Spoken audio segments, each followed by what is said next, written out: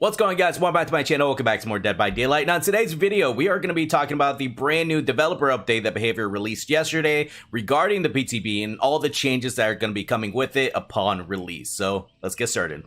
So whenever the PTB did go live and everyone got a taste of what this brand new killer was going to be all about, a lot of people had a lot of criticism and feedback for Behavior. So it looks like they took all of that into consideration and decided to make some changes. So that is exactly what we're going to go over here today. So let's go ahead and get started. It says developer update Tools of Torment PTB. It's been about a week since Tools of Torment public test build went live, and we've been busy combing through your feedback in the days since. Today, we'd like to share a large package of polish and balance adjustments which we prepared for the chapter's release on March 7th. As always, we want to give our appreciation for everyone who took time to share their thoughts on this new content. Your feedback is invaluable in shaping the game. Now, without further ado, here's all the brand new changes.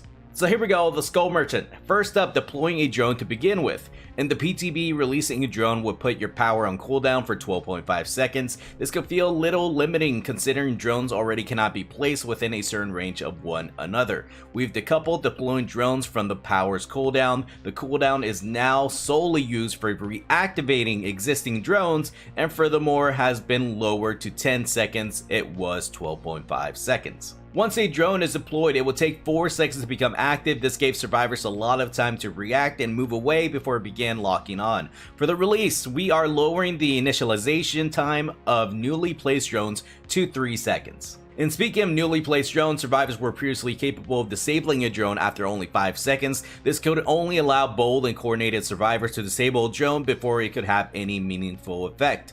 For the release, we're increasing the unhackable window to 10 seconds. Once the drone becomes hackable, it will remain active for an additional 20 seconds for a total combined active time of 30 seconds, much like the PTB. The killer can reactivate a drone at will using their scanner. As the killer, staying inside an active drone's radius for 3 seconds would grant you the undetectable status effect, allowing you to ambush survivors. This could create some awkward moments where you'd be standing around waiting for the effect to kick in, so we're reducing this to 2 seconds. So that right there has been about 3 to 4 changes, and they've all been busts, which is awesome to see because I really do think this killer needs it. And if I'm being honest, besides the look of this character, which is really cool, when it comes to the power itself, it's something that no one really expected or really wanted coming from this specific character.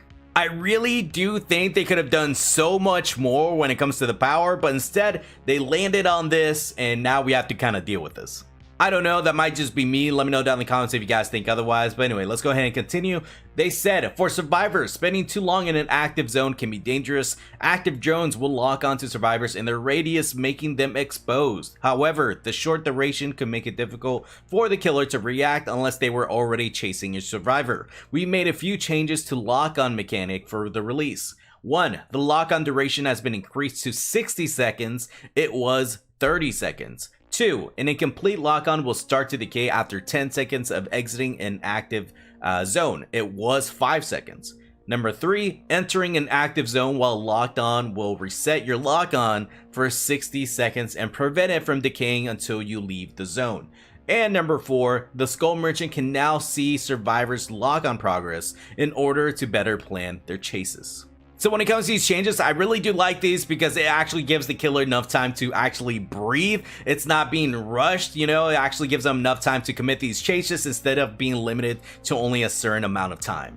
But let's go ahead and continue. It says, besides locking on, the drones are also a powerful tool for tracking survivors. In the PTB, we found it to be a little difficult to fully take advantage of your eyes in the sky. So we made some changes in that department as well. Number 1, Claw Trap battery life has been increased to 45 seconds. It was 25 seconds before, allowing the killer to track survivors for longer. The overcharge add-on has been adjusted accordingly.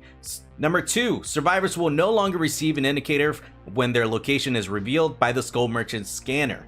Number 3, the Skull Merchant will move faster when checking her radar. Now 4.4, it was 4.0. And number 4, special effects have been updated to provide a clearer notification when a survivor has been tracked. And moving on to the final part when it comes to these changes, I'm not going to go over the perks. There have been some perk changes here. I'm going to go ahead and leave the link down in the description below, so if you guys want to check them out yourself, go for it. But they have this to say: with all this in mind, survivors will want to be much more wary when they come face to face with a Skull Merchant. To ensure that this doesn't make her too frustrating to play against, we've taken some additional considerations to accompany these changes, but be warned, there's risk involved. Number 1, approaching a drone with a claw trap would no longer cause it to enter an unhackable state, preventing survivors from interacting with it. Number 2, survivors with a claw trap can now disable drones, but keep in mind that entering the drone's range will cause it to activate and recharge your trap's battery. Number 3, survivors who fail a hack will now be immediately locked on. Whether her drones are locking on to survivors or she's tracking their every move, we hope you'll find these changes make the Skull Merchant a much bigger threat when she releases March 7th. There we go, boys and girls. March 7th, that is the official release date of the brand new chapter, Tools of Torment. That's a little less than 2 weeks away.